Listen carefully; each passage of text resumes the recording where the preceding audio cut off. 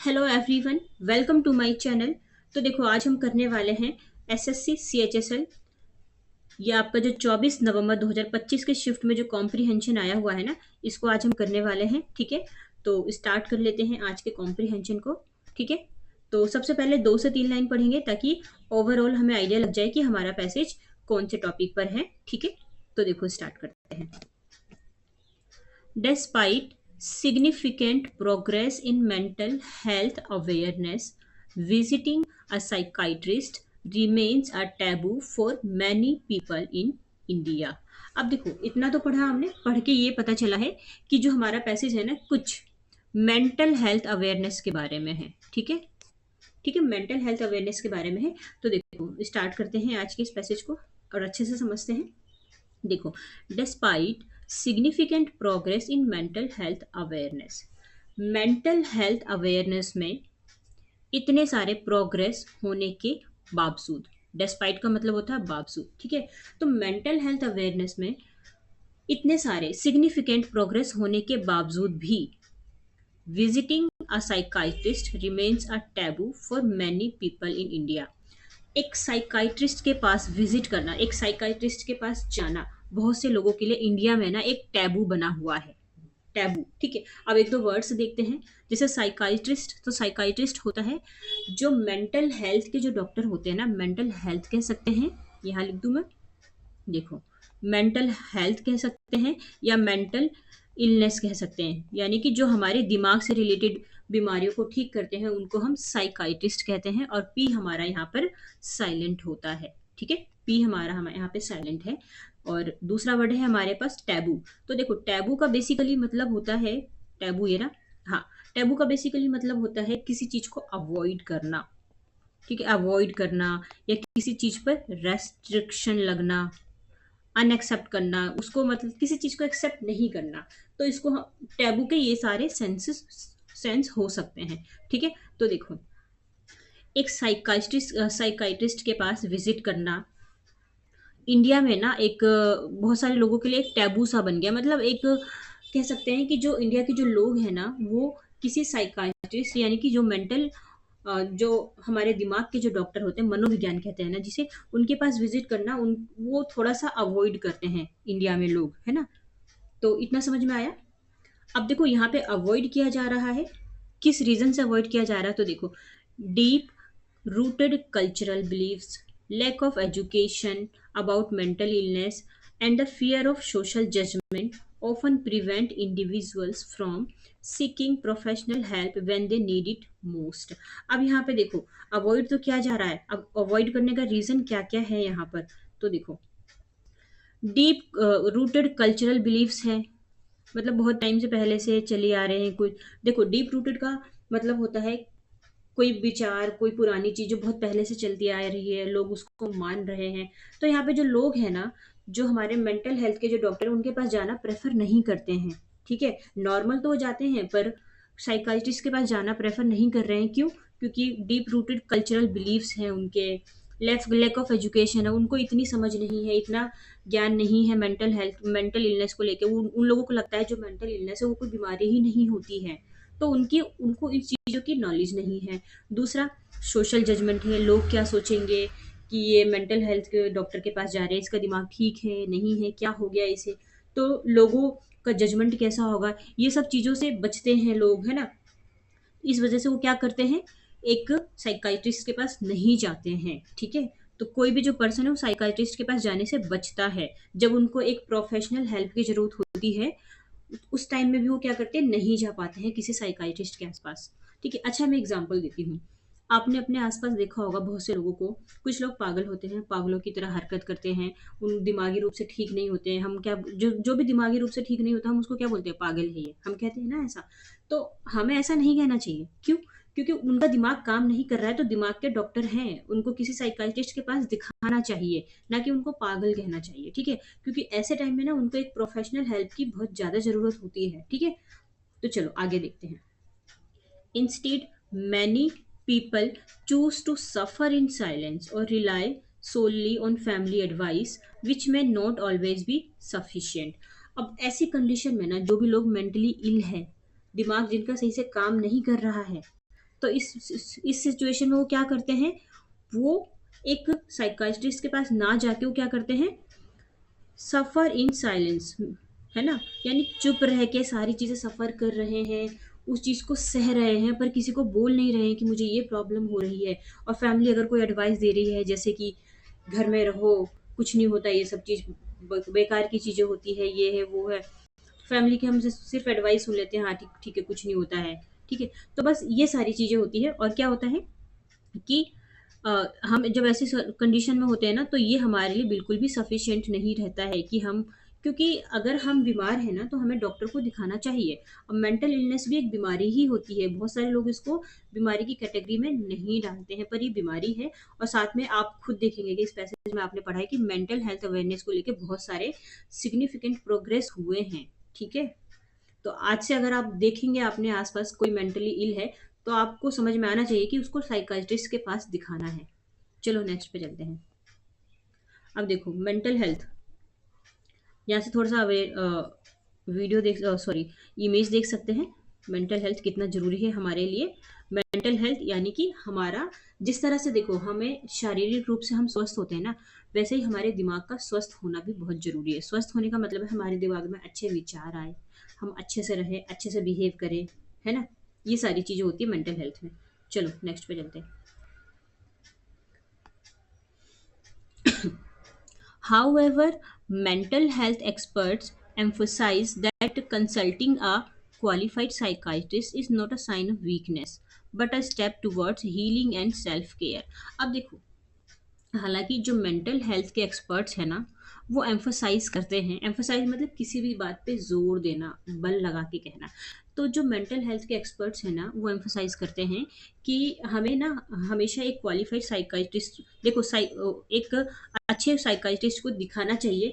पर साइकाइट्रिस्ट को दिखाने का मतलब ये नहीं है कि हम बहुत वीक हैं, हम बहुत कमज़ोर हैं।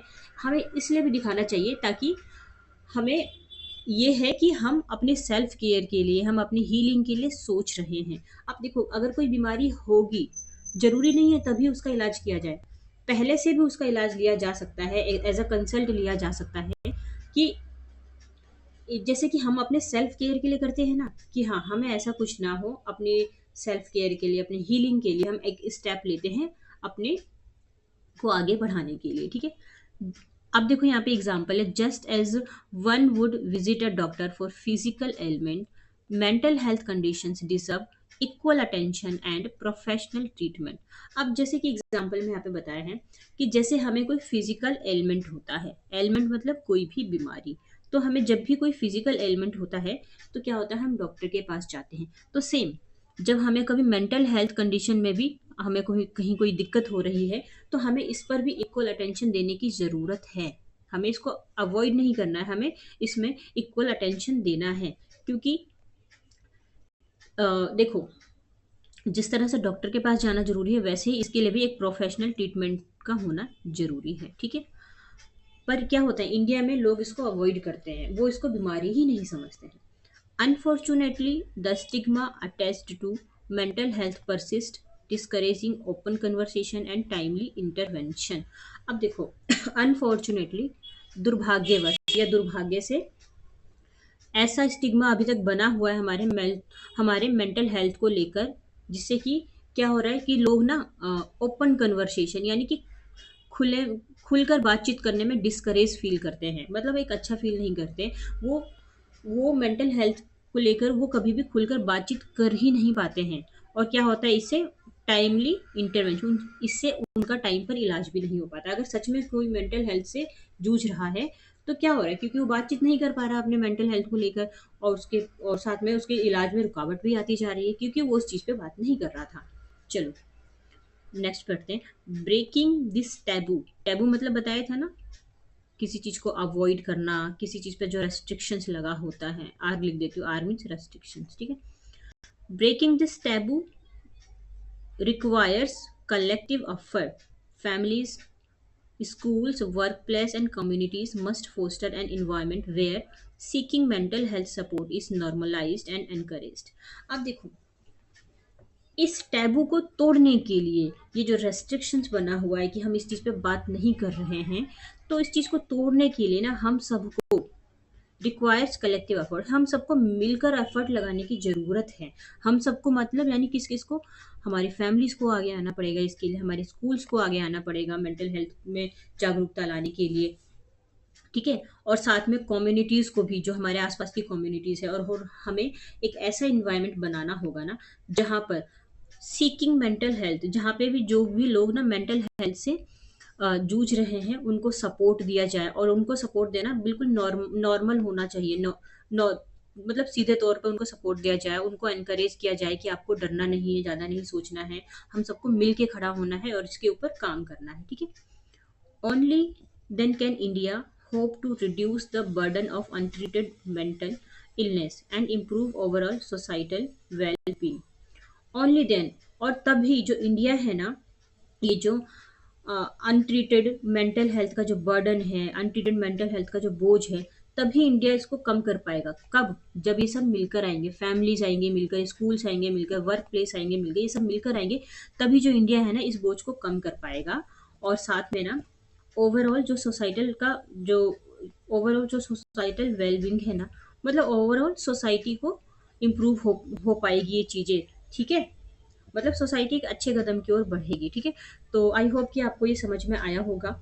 अगर कहीं कुछ चीज़ें नहीं समझ में आती है या कुछ चीज़ें इम्प्रूव करनी है तो आप मुझे कमेंट में बता सकते हैं, ठीक है? तो चलो नेक्स्ट पे चलते हैं। अच्छा देखो, पैसेज तो खत्म हो गया, मेंटल हेल्थ पे था, छोटा सा ही था, ठीक है? चलो आ जाते हैं हम क्वेश्चन आंसर की side. Identify the tense used in this sentence.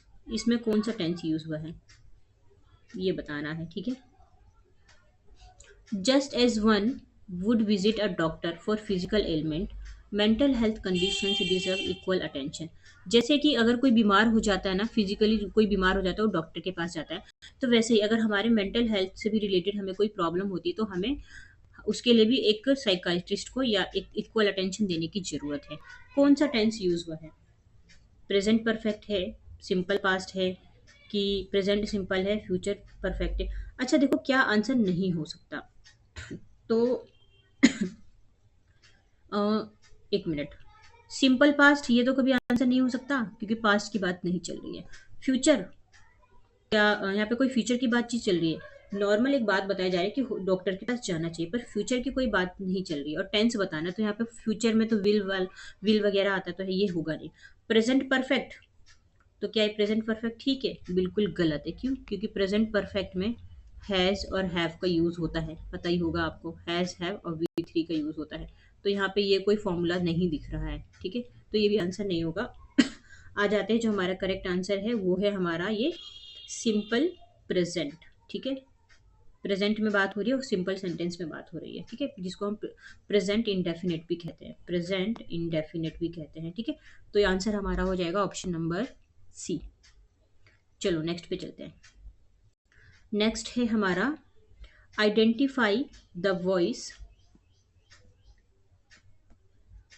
Identify the voice used in the sentence. कौन सा वॉइस यूज हुआ है?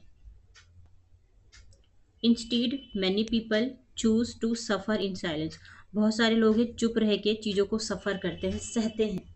कौन सा वॉइस है? देखो, इम्पेरेटिव वॉइस हटा दो, इंटेरोगेटिव वॉइस हटा दो, क्योंकि जो एग्जामिनर होते हैं ना मोस्टली वो एक्टिव या पैसिव वॉइस ही पूछ रहा होता है, ये सब नहीं पूछता एग्जामिनर, तो ये आप वैसे ही हटा सकते हो, ठीक है? अब बच गए दो, पैसिव वॉइस और एक्टिव वॉइस। तो पैसिव वॉइस की पहचान आपको पता ही होगी कि इसमें वी थ्री होता है ना? और प्लस एक इसमें बाय भी लगता है ना? तो ऐसा भी नहीं है हमारे सेंटेंस में वी थ्री और बाय कहीं नहीं है। तो जो हमारा आंसर है ये हो जाएगा हमारा, ये एक्टिव वॉइस में है, ठीक है? आंसर इज एक्टिव वॉइस, ठीक है? चलो नेक्स्ट पे चलते हैं। हाँ, नेक्स्ट है हमारा,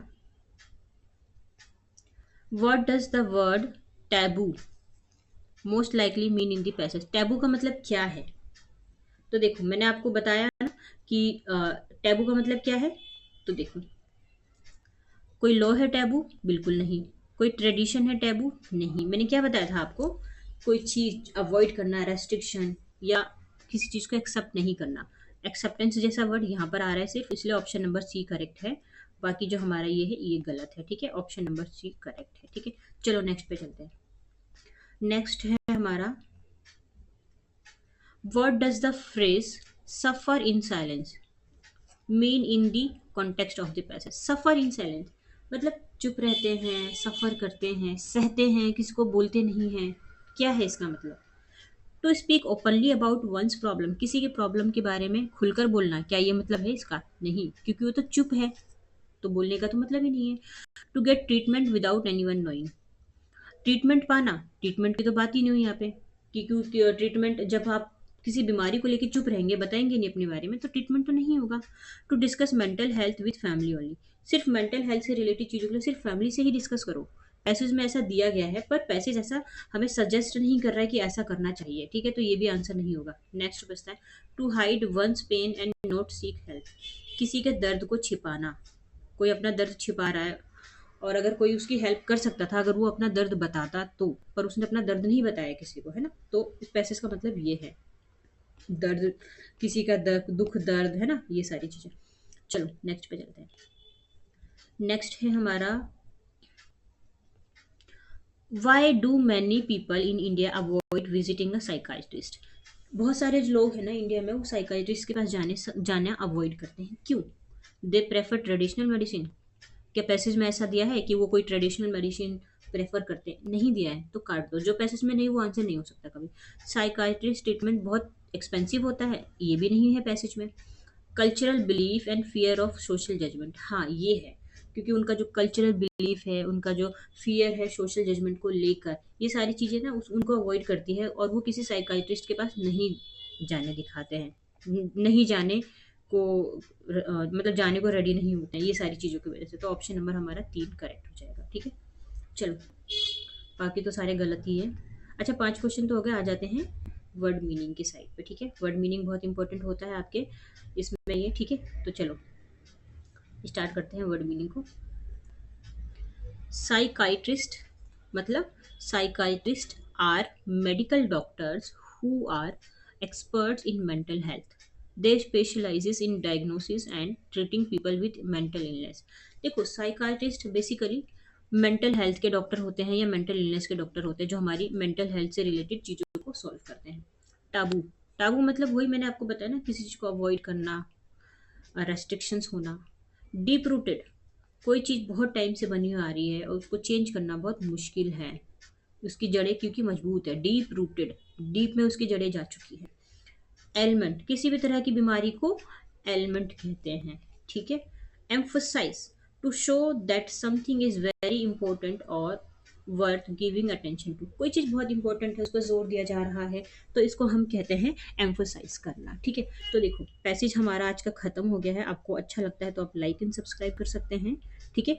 फिर हम मिलते हैं नेक्स्ट वीडियो में, ठीक है।